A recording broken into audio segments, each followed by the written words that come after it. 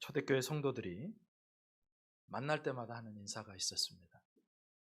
그리스도께서 부활하셨습니다. 그렇게 인사하면 네, 참으로 부활하셨습니다. 그렇게 화답했다고 합니다. 우리 한번 해보겠습니다. 제가 먼저 하면 여러분 네, 참으로 부활하셨습니다 하시면 됩니다. 예수 그리스도께서 부활하셨습니다.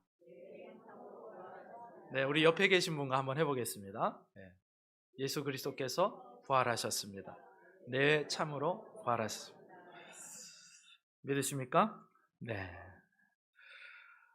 오늘은 부활절입니다. 만약 부활이 없다면 복음은 그저 복음의 마지막 장만 없는 것이 아니고 그것은 아예 복음이 아닙니다 라고 어떤 사람이 얘기했습니다. 부활 없는 복음은 복음이 아닙니다. 부활은요, 그래서 기독교 신앙에서 가장 중요한 것입니다. 예수님의 부활이 없다면 우리의 믿음은 헛것이 됩니다. 부활이 없다면 여러분은 이 주일에 이렇게 남들이 다 쉬는 이 시간에 굳이 이곳에 나와서 예배드릴 이유가 전혀 없습니다. 부활이 없고 예수님께서 부활하지 않으셨다면 천하 모든 사람들 중에 우리들이 가장 불쌍한 자라고 제가 말한 게 아니고 사도 바울이 그런 얘기를 해요. 부활이 없다면, 주님이 부활하지 않으셨다면 우리는 이 세상에서 가장 불쌍한 자라고. 그러나 예수님의 부활은 실제였고 그 예수님은 지금도 살아계시기에 우리가 가장 복된 자인 줄 믿습니다. 아멘. 근데 이 예수님의 부활이요, 어떤 사람들에게는 신화나 미신 정도로 여겨집니다. 어떻게 죽은 사람이 죽었다가 다시 살아날 수 있냐는 거예요. 그런데 부활에 대한 이런 회의는 예수님을 알지 못하는 세상 사람들에게만 있었던 게 아니고 예수님과 함께 예수님 곁에서 3년 동안 동고동락했던 제자들에게도 있었고 예수님을 따라다니던 여성들과 또 다른 제자들에게도 있었습니다. 다 믿지 못했다는 거예요. 여러분, 그때나 지금이나 부활은요, 결코 받아들이기 쉬운 그런 일이 아니고 오히려 부활을 부정하거나 미신 정도로 취급하는 것이 당연해 보일 만큼 부활은 그런 종류의 것입니다. 오늘 그 예수님의 부활의 첫 번째 증인들을 살펴보면서 함께 은혜를 나누도록 하는데요. 1절, 오늘 본문 1절이 이렇게 시작합니다. 안식 후 첫날 새벽에 이 여자들이 그 준비한 향품을 가지고 무덤에 가서 이렇게 나옵니다. 지금 누가복음이 말하는 시간은 안식 후 첫날 새벽입니다. 예수님께서는 금요일 낮에 십자가에 달리셨고 금요일 오후 3시쯤에 3시경에 운명하신 것으로 알려져 있습니다. 예수님이 죽으신 지 몇 시간 되지 않아서 안식일이 시작됩니다. 당시 유대교에서는요, 안식일이 언제부터 시작되냐면 금요일 저녁 6시부터 시작됩니다. 만약에 예수님이 금요일 낮 3시에 돌아가셨다면 3시간 이후부터 안식일이 되는 거죠. 그래서 금요일 저녁 6시부터 시작된 안식일은 토요일 저녁 6시에 끝이 납니다. 그럼 오늘 여인들이 예수님의 무덤을 찾아간 이 날은 언제일까? 바로 그 안식일 다음 날이래요. 그러니까 우리들의 시간으로 따지면 이 날은 토요일 저녁 6시경, 그러니까 어제 저녁 6시부터 시작해서 오늘 저녁, 주일 저녁 6시까지가 안식일 다음 날이 됩니다. 유대인들의 관습에서 보면 이 날은 안식일이 끝나고 다시 일상의 평범한 날로 돌아오는 날이에요. 그런데 이 날은 기독교 역사상 가장 중요한 날이 됩니다. 특별한 의미를 갖게 됩니다. 예수님께서 바로 이 날, 그러니까 오늘로 하면 일요일 새벽, 주일 새벽에 사망의 권세를 깨뜨리시고 주님께서 부활하심으로 기독교의 새로운 역사가 시작이 된 것입니다. 유대교는요, 지금도 안식일을 지키죠. 그런데 우리는 안식일을 지키지 않습니다. 십계명에서도, 구약 보시면 십계명에서도 안식일을 지킵니다. 그런데 우리는 더 이상 안식일을 지키지 않습니다. 왜냐하면 예수님께서 십자가에서 죽으시고 부활하심으로 말미암아 안식을 완성하셨기 때문입니다. 안식의 의미를 완성하셨기 때문입니다.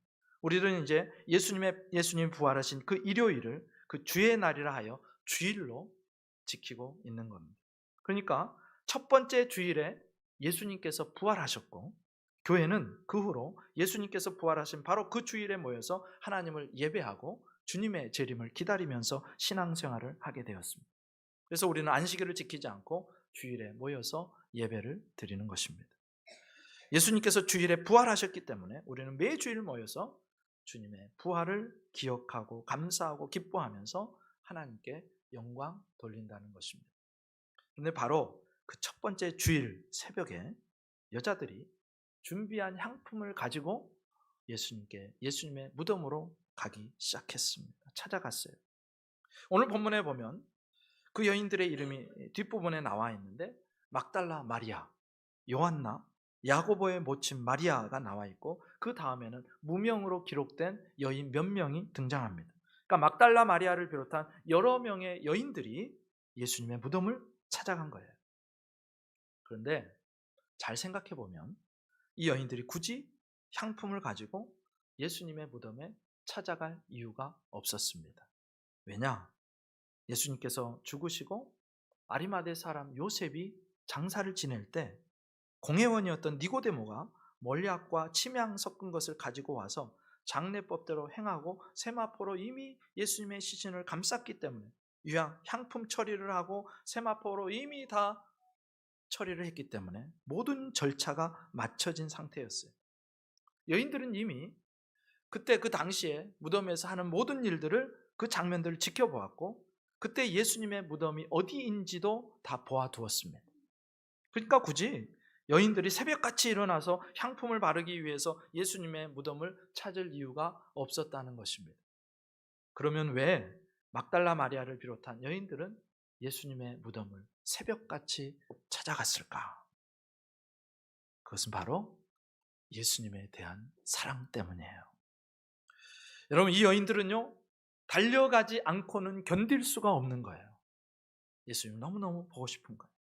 그것이 불필요하고 불가능한 일이라 할지라도 이성은 그렇게 이야기해도 이 여인들이요 예수님을 너무나 사랑하기 때문에 그 새벽에 예수님의 무덤을 찾아간 것입니다.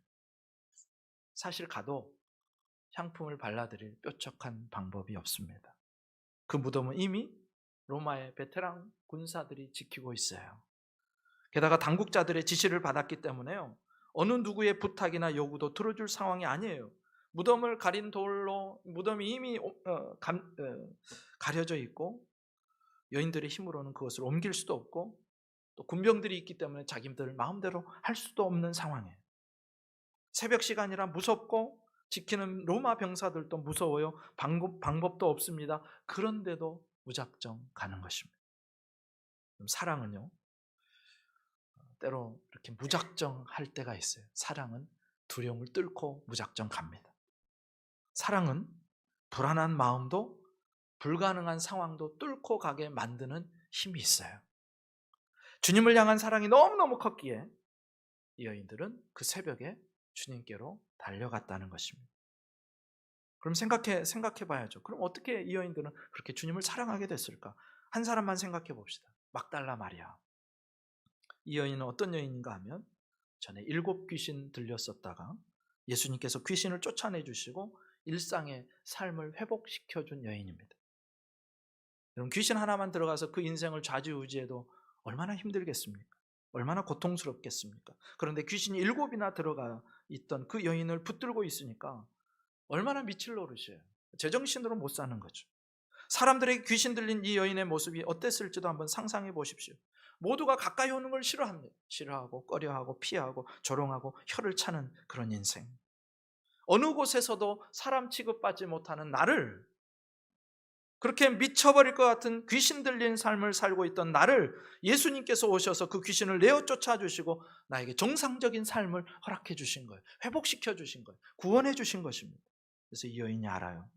내가 얼마나 예수님께 큰 은혜를 받았고 큰 사랑을 받았는지를 안 겁니다.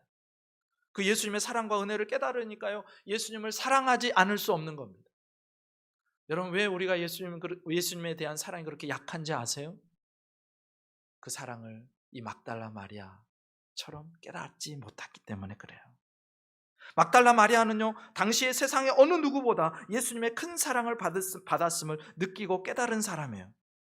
나는 저 지옥 같은 삶을 살고 있었는데 예수님 때문에, 예수님의 은혜로, 예수님의 사랑 때문에 내가 다시 회복되었습니다. 그렇게 예수님의 사랑을 깨닫게 되니까 더 주님을 사랑하게 된 거예요. 여러분, 예수님의 비유 중에 적게 탕감받은 사람, 많이 탕감받은 사람 비유가 나옵니다.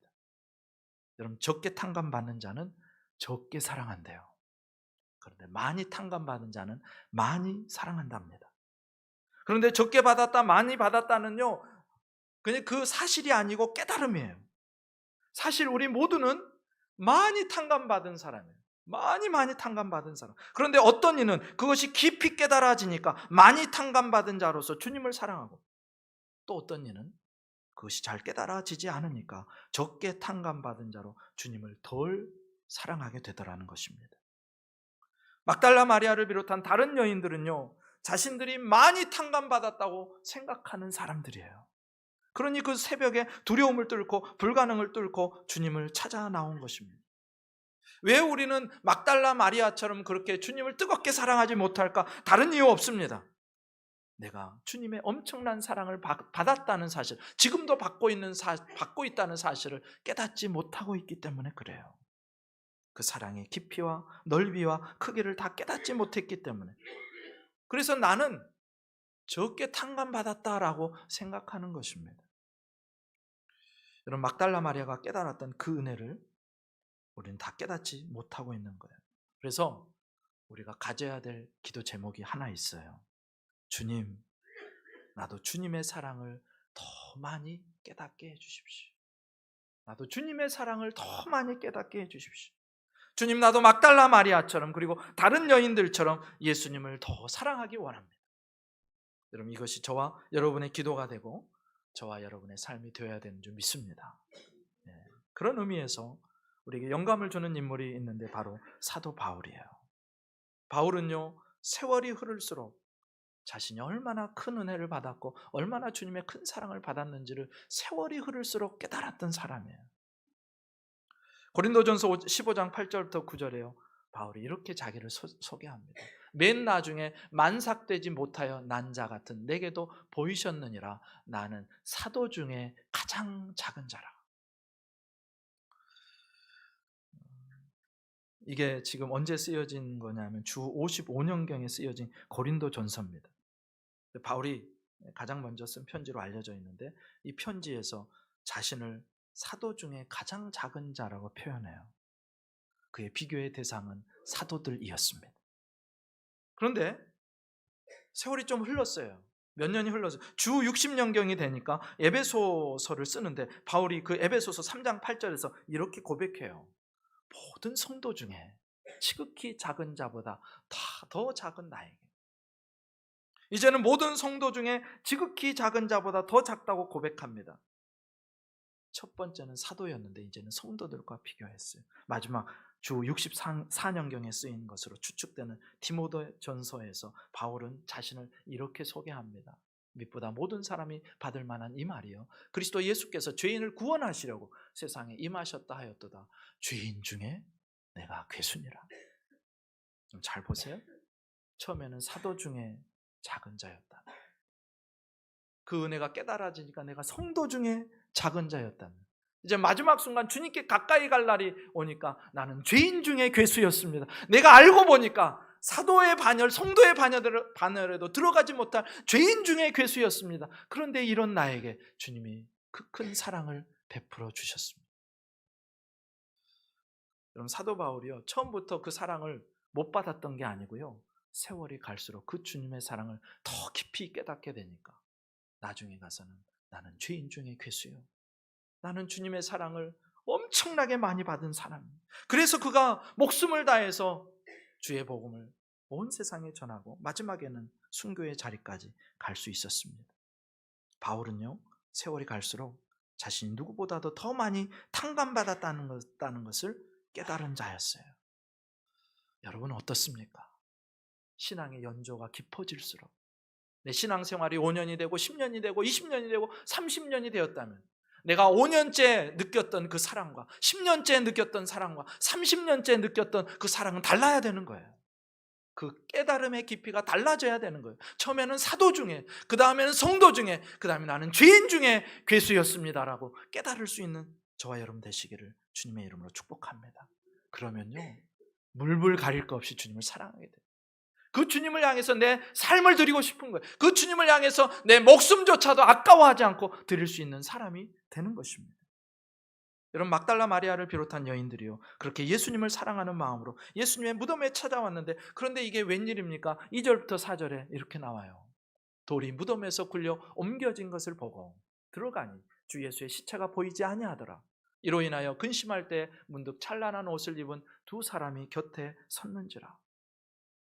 찾아갔어요. 사랑하는 마음으로 주님께 주님의 시신의 향품이라도 발라드리기 위해서 갔는데, 막상 갔는데 무덤을 막고 있던 돌이 굴려졌습니다. 무덤 안에 들어가 보았더니 예수님의 시체는 보이지 않습니다. 그래서 어떻게 했다고 나오느냐? 근심했다고 나와요. 다른 복음서에 보니까요, 이 여인들이 통곡하며 슬퍼했다고 표현합니다. 예수님의 시체를 누군가 훔쳐갔거나 누군가 자신들도 모르게 빼돌렸다는 거 생각한 거예요. 그래서 반응이요, 슬퍼하고 통곡합니다. 근심합니다. 사실 예수님의 시신을 누군가 훔쳐간 것이 아니었고 예수님께서 부활하신 것이었습니다. 이거는 근심하고 슬퍼할 일이 아니라 찬송하고 기뻐하며 박수치며 하나님께 영광 돌릴 일이었습니다. 여러분, 우리의 믿음에 따라서, 우리가 보는 것에 따라서 우리가 똑같은 장소, 똑같은 사건을 전혀 다르게 해석할 수 있다는 거예요. 오늘 막달라 마리아를 보세요. 그녀는요, 부활을 믿지 않았습니다. 그러니까 시신의 향품을 바르기 위해 온 거죠. 다른 여인들도 마찬가지. 그녀가 지금 간절하게 찾고 있는 것은 부활하신 주님이 아니라 자기가 향품을 발라드릴 주님의 시신이었어요. 그런데 무덤이 비어있고 시신이 없어졌기 때문에 마리아는 고통스러운 겁니다. 안타까운 거예요. 그 빈 무덤 앞에서 통곡하고 슬퍼합니다. 나중에 보시겠지만 제자들이 예수님의 빈 무덤만 확인하고 돌아갔을 때에도 막달라 마리아는 여전히 그곳에 남아있어요. 예수님 마지막 시신에라도 향유를 발라드려야 되는데, 여러분, 부활이 없는 사람에게는 그 빈 무덤은 아픔의 장소가 되고 슬픔의 장소가 되고 혼돈의 장소가 되고 통곡할 장소가 됩니다. 그런데 이 상황에서 막달라 마리아가 예수님의 부활을 알았다면, 부활을 믿었다면, 부활을 의심하지 않았다면 어땠을까? 그 빈 무덤은 전혀 다른 장소가 됩니다. 전혀 다른 반응을 했을 거예요. 시신이 없어진 거는요, 부활하셔서 지금 이곳에 없기 때문에 슬퍼할 일이 아닌 것입니다. 인간의 끝, 사망의 자리, 무덤의 자리가 이제 축제의 자리, 잔치의 장소가 되는 거예요. 예수께서 사망 권세를 깨뜨리시고 부활하셨다면, 그렇게 죽음에서 일어나셨다면 그것처럼 경사스러운 일이 어디 있고 그것처럼 기쁜 일이 어디 있겠습니까? 그뿐만이 아니라 그 예수님 때문에 더 이상 사망이, 죽음이 우리를 함부로 할 수 없다면, 그리고 생명이 우리 안에서 왕노릇하고 영원한 생명이 우리에게 주어졌다면, 그 장소, 그 빈 무덤이 얼마나 기쁨의 장소가 되겠습니까? 그러니까 무덤이라는 장소가 문제가 아니고요, 시신이 보이지 않는 그것이 문제가 아니고 우리의 믿음이 문제라는 거예요. 예수님의 부활을 믿는 사람은 빈 무덤은 소망의 자리가 되는 줄 믿습니다. 네. 기쁨의 장소가 되는 줄 믿습니다. 축제의 자리가 되는 줄 믿습니다. 여러분, 내가 풀 수 없을 것 같은 바로 그 상황이 예수님의 부활을 경험할 수 있는 상황이 되는 거예요. 그래서 저와 여러분이 그 부활의 확신 속에서 영생에 대한 소망을 갖고, 부활의 영광스러운 몸에 대한 소망을 갖고, 새하늘과 새 땅에 대한 소망을 갖고 이 땅을 믿음으로 승리할 수 있기를 주님의 이름으로 축복합니다. 네. 계속해서 5절부터 7절에 이렇게 나와요. 여자들이 두려워 얼굴을 땅에 대니 두 사람이 이르되 어찌하여 살아있는 자를 죽은 자 가운데서 찾느냐? 여기 계시지 않고 살아나셨느니라. 갈릴리에 계실 때 너희에게 어떻게 말씀하셨는지를 기억하라. 이르시기를, 같이 읽습니다. 시작. 인자가 죄인의 손에 넘겨져 십자가에 못 박히고 제3일에 다시 살아나야 하리라 하셨느니라 한데 아멘. 여러분, 그렇게 빈 무덤에 갔을 때 찬란한 옷을 입은 두 사람이 그 옆에 섰던 것을 보게 됩니다. 하나님이 보내신 천사였어요. 막달라 마리아와 다른 여인들이 시체가 없어진 것을 알고 근심하고 있을 때 그 두 천사가 등장합니다. 천사들이 여인들에게 이렇게 얘기하는 거예요. 어찌하여 살아있는 자를 죽은 자 가운데서 찾느냐? 여기 계시지 않고 살아나셨느니라. 이 말씀 그대로 예수님께서 살아나셨습니다. 사망과 무덤은요, 예수님을 결코 가둬둘 수 없다는 그런 천사들의 선언이에요. 예수님은요, 이미 여인들이 오기 전에 이미 부활하셨습니다. 그런데 천사들의 이 말은 단지 기억하라고 하는 명령만이 아니라 여인들을 향한 꾸짖음이 들어있어요. 뒷부분에 한 얘기가 무엇입니까? 갈릴리에서부터 예수님께서 계속해서 강조하시는 말씀이 있었다. 너희들에게 계속해서 이야기해 주지 않으셨느냐? 그렇게 말하는 거예요. 기억해봐라. 무엇입니까? 죄인들의 손에 주님이 넘겨질 것이고 십자가에 못 박혀 죽으실 것이고 3일 만에 다시 살아나실 것을 갈릴리에서 예루살렘으로 올라오는 그 길에서 계속해서 제자들에게 같이 하는 사람들에게 말씀해 주셨습니다. 제자들도 예수님의 그 말씀을 들었고 동행하던 여인들도 분명히 그 말씀을 들었어요. 그렇게 듣기는 들었는데 실상은 뭐예요? 아무도 듣지 않았던 겁니다. 듣기는 들었는데 아무도 듣지 않았어요. 만약에 여인들이 그 말씀을 믿었다면 오늘 시신에 향품을 바르기 위해 올 일은 없었습니다. 살아나셨는데 무슨 향품입니까? 살아나셔서 무덤이 비었는데 왜 근심하고 슬퍼하고 통곡합니까? 여러분, 막달라 마리아를 비롯한 여인들의 행동은요, 하나같이 예수님의 부활을 믿지 못한 데서 오는 행동이에요. 우리는 여기서 중요한 교훈을 얻습니다. 아무리 많이 들어도 하나도 듣지 않을 수 있다는 거예요. 믿음으로 듣지 않으면 아무리 많은 설교를 들어도 여러분은 하나도 듣지 않은 것일 수 있다는 말씀입니다. 듣는다고 이 사람들은 곁에 있었고요, 예수님과 함께 앉았고요, 예수님과 동행했는데 그렇게 예수님이 강조하시고 또 강조하시고 또 강조하셔서 말씀하셨는데 이들은 하나도 듣지 않았습니다. 여러분, 제 설교를 매 주일마다 또 수요일마다 어떤 분들은 새벽마다 들으시는데 여러분이 아무리 많이 들어도 듣지 않을 수 있다는 거예요. 엄청나게 충격적인 사실입니다. 예수님의 말씀을 믿음으로 고지곳대로 받아들지 않는 사람은 듣지 않은 사람이라는 거예요. 여러분, 저와 여러분은 그 자리에 있지 않기를 바랍니다. 말씀을 듣고 믿음으로 반응해야 되는 거예요. 우리의 들음이 진짜 들음이 되는 것은 그 말씀에 믿음이 합해졌을 때입니다. 그런데 여인들은 그렇지 못했어요. 그래서 책망받습니다. 그런데 더 놀라운 일이 일어나는데 8절부터 10절에 이렇게 나옵니다. 그들이 예수의 말씀을 기억하고 무덤에서 돌아가 이 모든 것을 11사도와 다른 모든 이에게 알리니 이 여자들은 막달라 마리아와 요한나와 야고보의 모친 마리아라 또 그들과 함께한 다른 여자들도 이것을 사도들에게 알리니라. 놀라운 일이 일어났습니다. 말씀을 들은 여인들이 빈 무덤이 해석되기 시작합니다. 천사가 전해준 말을 통해서 내가 지금 만나고 있는 상황이 해석되고 믿어지기 시작했다는 거예요. 신비로운 일이죠. 들을 때는요, 귓등으로도 듣지 않았던 말씀이 어느 순간에 들려지고 믿어진 것입니다. 우리는 여기서 또 하나의 교훈을 발견해요. 하나님께서는요, 이미 들은 말씀을 통해서 그 말씀을 생각나게 하심으로 믿음이 일어나게 하시고 그 상황을 해석해 주시는 때가 있다라는 거예요. 이런 측면에서 믿음은요, 사람의 일이 아니고 하나님의 일입니다. 내가 믿습니다 한다고 믿어지는 게 아니고요, 하나님께서 믿음이라는 은혜를 주실 때가 있다는 거예요. 주님이 믿음을 주셔야 믿어지는 겁니다. 그리고 만약 여러분 믿고 계시다면 그것은 주님의 은혜인 줄 믿습니다. 주님이 은혜 주셔서 믿어진 거예요. 함부로 믿을 수가 없어요. 이 놀라운 사실이에요. 여러분, 지금까지 듣기는 들어도 전혀 해석되지도 이해되지도 믿어지지도 않았던 바로 그 말씀이 오늘 이해될 수 없는 상황에 맞닥뜨리고 천사가 그 말을 다시 들려주었을 때, 다시 생각나게 했을 때 갑자기 믿어지는 일이 이 여인들에게 일어났다는 거예요. 하나님 언제 그 일을 하세요? 말씀을 들을 때입니다.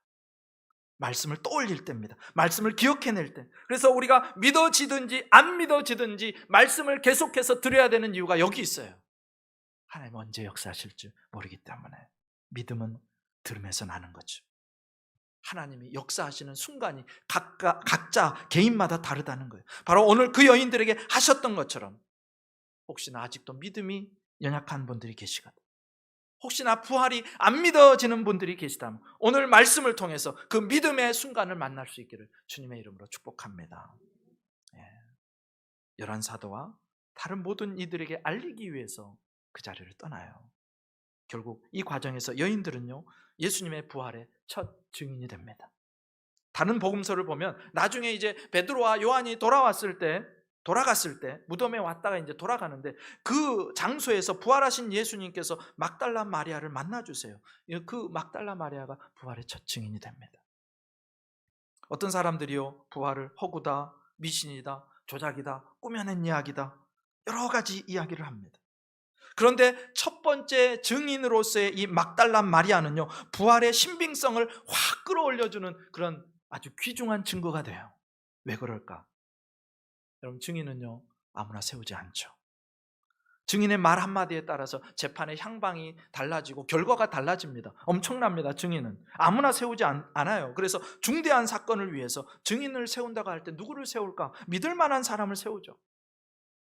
여러분, 증인을 세운다고 할 때 여러분이 법정에 섰는데 노숙자를 세우시겠어요?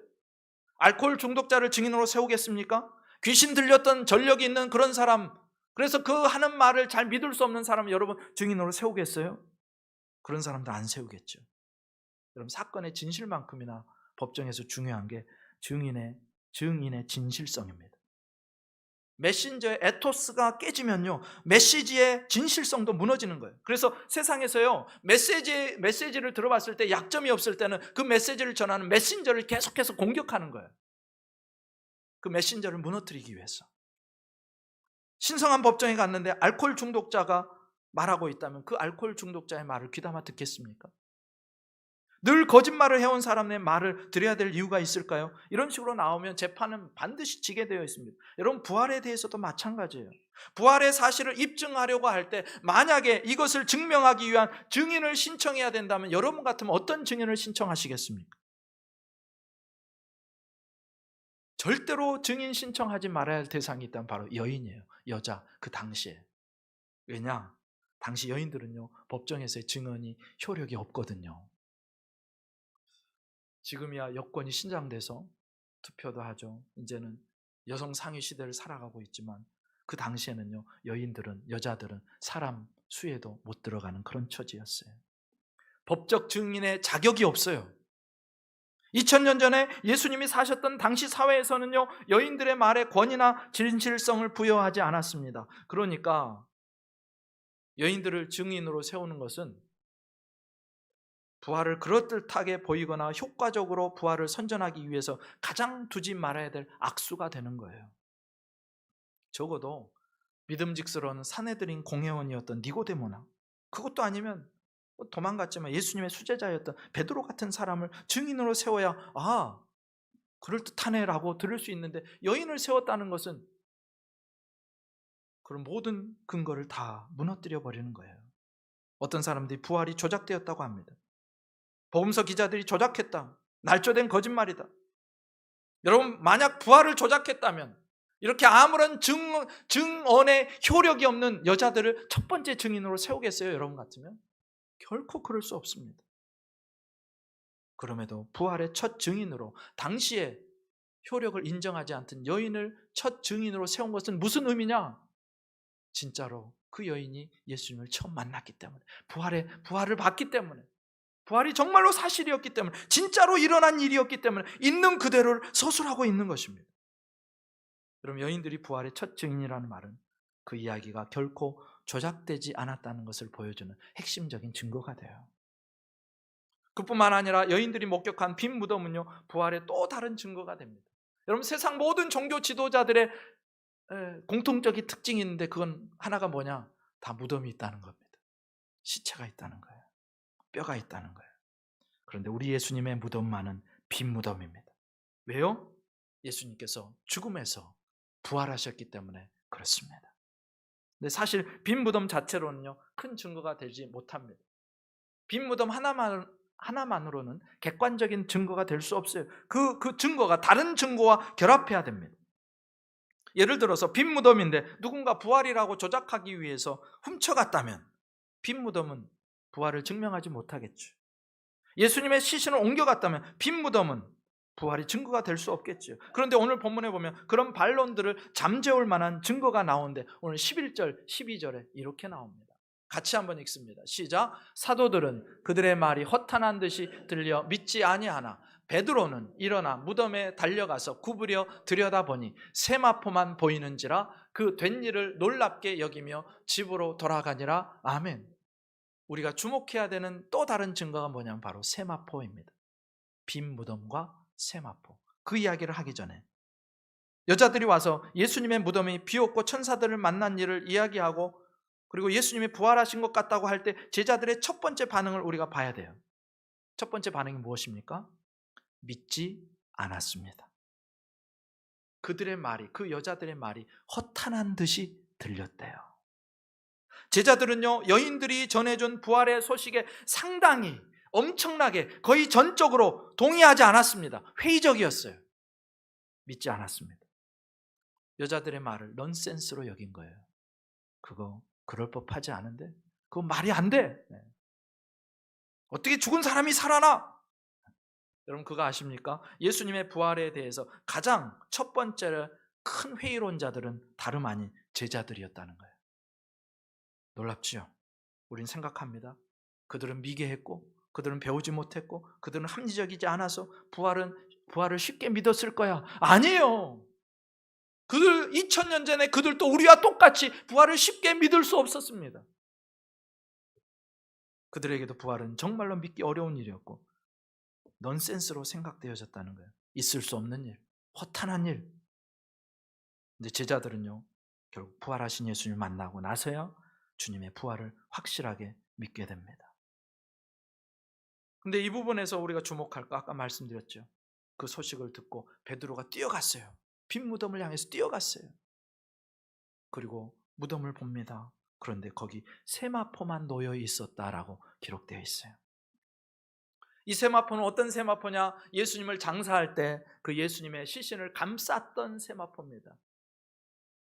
그 정황을 요한복음에서 이렇게 보여줘요. 시몬 베드로는 따라와서 무덤에 들어가 보니 세마포가 놓여 있고 또 머리를 쌌던 수건은 세마포와 함께 놓이지 않고 딴 곳에 쌌던 대로 놓여 있더라. 무슨 말이냐면 예수님의 시신이 있으면 세마포로 다리부터 여기 몸까지 여기 어깨까지 다 싸맸을 거예요. 세마포로 쌌습니다. 얼굴은 어떻게 해요? 수건으로 쌌대요. 돌돌 말아서. 그러니까 세마포로 몸을 돌돌 말아서 쌌고 얼굴은 수건으로 돌돌 말아서 쌌습니다. 그리고 그것이 예수님이 안치되어 있던 그곳에 세마포와 두 수건이 그대로 돌돌 말아진 채로 있었다는 거예요. 이게 그러면 어떤 증거가 되느냐? 예수님의 시신이 도둑질을 당하지 않은 증거가 됩니다. 그럼 도둑질하면 어떻게 해야 돼요? 최소한의 시간에 빨리 들키지 않고 빨리 그 시신을 가지고 도망가야 됩니다. 군병들이 언제 올지 나타날지 몰라요. 그럼 빨리 해야 되는데 그런데 그 시신을 정성스럽게 그 세마포를 다 풀어가지고 원래 있던 그 자리에 곱게 개어놓고 또 수건도 머리에서 다 풀어가지고 또 곱게 개어놓고 그러고서 예수님의 나신을 들쳐업고 떠나갔다? 말이 안 되는 거죠. 도둑질하지 않은 겁니다. 훔친 게 아니라는. 그럼 뭐예요? 예수님께서 부활하셨는데 자기를 감싸고 있던 세마포와 수건을 통과해서 몸만 빠져나오셨다는 거예요. 이게 부활의 몸입니다. 여러분 예수님께서 마가다락방에서 두려워 떨고 있던 제자들에게 찾아오셨을 때 문이 다 잠겨 있었어요. 어떻게 들어옵니까? 벽을 뚫고 들어오세요. 부활의 몸은요 우리가 상상할 수 없는 몸이에요. 벽을 뚫고 들어오는 몸입니다. 부활의 몸은요 잠깐 소생했을 때의 몸과 달라요. 여러분 나사로 기억하세요? 나사로와 예수님의 차이점이 여기서 나옵니다. 나사로는요 죽었어요. 근데 예수님의 명령으로 살아났을 때 소생했다 그러죠. 다시 죽었으니까. 그건 부활이 아니고 소생한 겁니다. 살아났을 때 그를 싸고 있던 수건과 배는 그대로 있었어요. 나사로야 나오라 했을 때 나사로는요 머리에 수건을 싸고 몸에 배를 두른 채로 나와요. 그건 부활의 몸이 아니었어요. 그냥 육신만 소생한 거예요. 그리고 풀어주니까 자유롭게 다녔습니다. 그런데 예수님의 부활의 몸은 달라요. 자신을 감싸고 있던 세마포와 수건을 그냥 통과해서 나오신 거예요. 우리가 마지막 날에 입게 될, 예수님이 재림하실 때 우리가 입게 될 육신이 바로 이 부활의 몸, 영광스러운 몸인 것입니다. 여러분, 우리의 육체와 연결성이 있어요. 그 부활의 몸은. 그런데 또 지금의 육체는 아니기 때문에 그 육체를 가리켜서 비육체적 육체라고 신학자들이 그렇게 불러요. 비육체적 육체. 우리는 그 놀라운 부활의 몸을 입게 될 것입니다. 근데 이때 당시에 베드로는요 아직 확신하지 못했던 것 같아요. 그래서 어떻게 합니까? 그 된 일을 놀랍게 여기며 그냥 집으로 돌아갔대요. 그냥 집으로 돌아갔어요. 나중에 어떻습니까? 그런 베드로가, 그런 요한이, 그런 제자들이 부활하신 예수님을 만나고 부활의 증인이 됩니다. 여러분, 오늘 본문에 보여주신 여자들의 불신, 제자들의 불신은요 부활이 그만큼 놀랍고 충격적인 일이었고 믿을 수 없는 일이었다는 것입니다. 당시에도 믿기 힘든 일이었어요. 게다가 그토록 주의 부활에 불신하던 제자들이요 믿고 증인이 됩니다. 이것처럼 또 큰 증거가 없어요. 예수님 십자가에 잡히실 때, 군병들에게 잡히실 때 제자들은 다 뿔뿔이 도망쳤어요. 예수님 부활하셨다는 소식을 듣고도 제자들은 믿지 않았어요. 심지어 그 무덤에 갔다 와서도 지금 어떻게 된 일인지 사태 파악을 못하고 있어요. 그런데 그런 그들이 마가의 다락방에서 두려워서 숨어서 벌벌 떨고 있던 그들이 어느 순간이 되니까 이들이요 세상 속에 나와서 예수님 부활하셨다 증거하고 다니기 시작합니다. 공회에서 불러요. 때립니다. 너 앞으로 한 번 더 하면 너희 감옥에 가두고 너희를 죽일 거야. 그렇게 핍박하는데도 계속해서 예수님의 부활을 증거합니다. 제자들이 완전히 바뀌어버렸어요. 무엇 때문에? 부활밖에는 이 사실을 설명할 근거가 없는 거예요.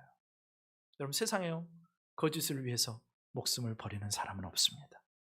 진리라고 믿어서 거짓을 위해 목숨을 버리는 사람은 있지만 거짓임을 알면서도 목숨을 버리지는 않아요. 이게 부활의 증거입니다. 예수님의 부활을 전혀 믿지 않았던 제자들의 변화, 그들의 순교. 주님이 부활하지 않으셨다면 그들은 그 거짓에 목숨 걸지 않았을 것입니다. 근데 사실 사람들은요 신념에 목숨을 걸기도 해요. 의기양양하게. 그거 옳다고 생각하면 목숨을 걸기도 해요. 그런데 그런 사람의 길을 한 번에 확 죽이는 기술이 세상에 있어요. 야, 너 안 죽여. 네 마누라랑 가족들 다 죽일 거야. 그러면요 그 확신에 찼던 사람들도요 다 무너진대요. 여러분, 그런 마음 이해하실 겁니다. 우리가 어떤 신념에 대해서 내 목숨을 걸 수 있을 것 같아요. 그런데 내 처자식이 달려있고 내 가족이 달려있다면요, 나 때문에 죽여야 되는 상황이라면요, 그때는 정말 어려워지는 거죠. 여러분, 초대교회 성도들을 생각해 보세요. 자기 목숨을 거기에 걸었어요. 심지어 자기 가족들의 목숨까지 마다하지 않고 예수님의 십자가 부활에 걸었습니다. 그 결정적인 이유가 뭐냐? 주님이 진짜 부활했기 때문에. 그래서 주님의 부활을 위해서 자기의 생명도 심지어 자기 가족들의 생명도 다 드릴 수 있었다는 것입니다. 그럼 예전에 미국 닉슨 대통령을 하야하게 만들었던 워터게이트 사건이 있었습니다. 당시 닉슨 대통령을 모시던 참모 중에 한 사람이 찰스 콜슨이라는 사람이에요. 찰스 콜슨을 비롯한 아주 머리가 비상했던 그 당시에 머리가 제일 좋았던 그 참모들이 완벽한 알리바이를 만들었대요. 검사가 이렇게 물으면 우리 이렇게 대답하자. 대통령을 꼭 지켜내자. 아주 완벽하게 계획을 짰답니다. 근데 놀랍게도 그 알리바이는요 18일을 버티고 그냥 무너져 버리고 18일 만에 무너져 버립니다. 왜 무너졌을까? 진술을 하면 할수록 이게 거짓 알리바이였다는 것이 모순들이 드러나기 시작한 거예요. 그들이 지키려고 했던 것은 결국 거짓이었기 때문에 무너지고 말았어요. 이 찰스 콜슨이라는 사람들이요 법률 자문관이었기 때문에 감옥에 갇힙니다. 이 사람이 원래 무신론자였어요. 근데 갑자기 놀라운 깨달음이 감옥에 있을 때 온 거예요. 아니 이렇게 우리처럼 머리 좋고 똑똑하고 법을 잘 아는 사람들이 대통령을 지키기 위해서 완벽한 알리바이를 만들었어도 겨우 18일 버티고 무너졌는데 가만히 보니까 예수님이 부활했다는 그 주장이 지난 2000년간 무너지지 않았다는 거예요. 자기가 보니까. 그리고 부활을 주장하는 사람들의 면면을 봤더니요, 똑똑한 사람들이 아니었대요. 자기들은 최고의 지성에 엘리트 코스를 다 밟아서 나온 그들이 만든 그 계획도 무너졌는데 어떻게 저 촌 사람들, 어부들이, 배우지 못한 사람들이 전한 그 부활은 무너지지 않았을까? 부활의 증인들을 보니까 다 한심한 사람들인 거예요. 막달라 마리아만 해도 7 귀신 들렸다가 사람들이 믿어주지 않는 사람, 대부분 배우지 못했고 머리 나쁜 사람, 충성심도 없는 사람, 예수님 잡힐 때 도망갔던 사람. 근데 그들이 주장하는 부활이 거짓이었다면 당연히 여지없이 그것이 얼마 안 가서 깨지고 없어져야 되는데, 그런 일들이 없어져야 되는데, 부활의 증인이 없어져야 되는데, 그런데 2000년이 되도록 계속해서 부활은 살아남더라는 겁니다. 결론에 도달했어요. 그리스도의 부활이 진짜였구나. 결국 그가 감옥에서 예수님을 영접하고요, 이 사람이 책을 써요. 어떤 책이냐, 백악관에서 감옥까지 그런 책을 썼어요. 대통령의 참모에서 하나님의 참모가 된 찰스 콜슨의 회심 기록입니다. 시간이 되시면 한번 읽어보십시오. 우리 예수님은요, 십자가에, 말씀대로 십자가에 죽으셨고 3일 만에 부활하셨습니다. 우리는 십자가에 죽은 예수가 아니라 죽은 지 사흘 만에 부활하셔서 지금도 살아계신 예수님을 믿는 사람들인 줄 믿습니다. 네. 오늘도 부활의 주님이 우리와 함께 하십니다. 그 부활의 주님이 우리의 소망이시고 능력이시고 위로가 되시는데, 우리의 삶도 그 주님의 부활과 함께 부활의 계절이 찾아오고 부활의 주님과 승리하는 우리 모두가 될 수 있기를 주님의 이름으로